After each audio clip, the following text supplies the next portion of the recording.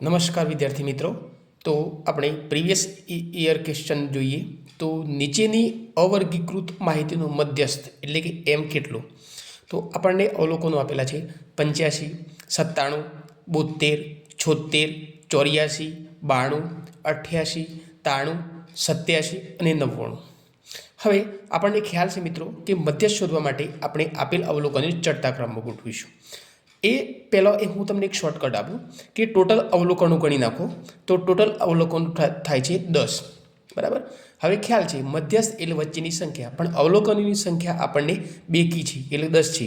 તેથી વચ્ચેના બે અવલોકનો, તો ખ્યાલ આપો કે વચ્ચેના બે અવલોકનો એટલે 4 અને આ બાદના 4 એટલે 8, અને વચ્ચે 5મા અને 6ઠ્ઠા નંબરનું બે અવલોકન વચ્ચે થાય તો આપણે ચડતા ક્રમમાં ગોઠવીશું। તો 5મા અને 6ઠ્ઠા નંબરનું અવલોકન 85 અને 87 એટલે બીજું કે 85 અને 87ની એવરેજ શોધો તો પણ એનો મધ્યસ્થ મળી જાય।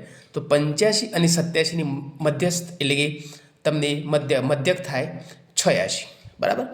હવે હું તમને એક એક્સરસાઇઝ માટે દાખલો આપું છું કે માહિતીના અવલોકનો 17, 23, 9, 32, 14, 27, 11નું મધ્યસ્થ કેટલું થાય, જે 4 ઓપ્શન આપ્યા છે જે જાતે ગણવા। જો આ વિડીયો ગમ્યો હોય તો આ વિડીયોને લાઇક અને ચેનલને વધુમાં વધુ સબસ્ક્રાઈબ કર્યો। ધન્યવાદ।